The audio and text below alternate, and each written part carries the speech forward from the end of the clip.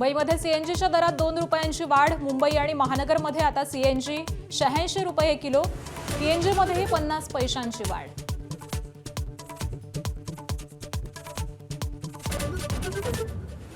मनोज जरांगेंची मनधरणी करण्यात विखे पाटलांना अपयश. जरांगेंचं आज सकाळी 10 वाजल्यापासून भर उन्हात उपोषण. सातारा गॅझेटचा जीआर लागू करण्याची लेखी हमी द्या, अशी जरांगेंची मागणी.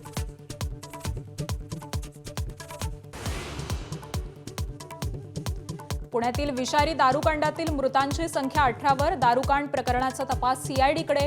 3 पोलीस अधिकाऱ्यांवरती निलंबनाची कारवाई. अटक केलेल्या 8 आरोपींना 8 जूनपर्यंत पोलीस कोठडी. कर्नाटकात डीके शिवकुमार यांची आज मुख्यमंत्रीपदी निवड होण्याची शक्यता. विधिमंडळ पक्षाच्या बैठकीनंतर राज्यपालांना भेटून करणार सत्ता स्थापनेचा दावा.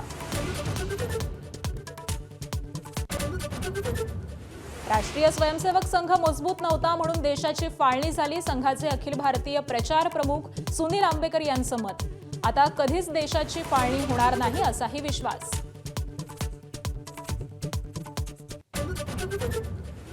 पंतप्रधान मोदींच्या आवाहनाला देशवासियांचा मोठा प्रतिसाद. देशभर सोन्याची आयात आणि विक्री घटली. सोन्याची आयात 22% 7.5 टनांपर्यंत घटली. हॉर्मुझच्या सामुद्रधुनीतील नाकेबंदी अमेरिका हटवणार. अमेरिकेचे अध्यक्ष डोनाल्ड ट्रम्प यांची घोषणा. हॉर्मुझ खुला करून आण्विक मुद्द्यांवरती इराणशी चर्चा करणार असल्याची ही घोषणा.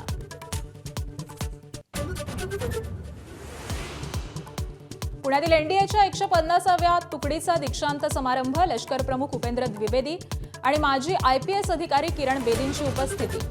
एअर शोचंही आयोजन.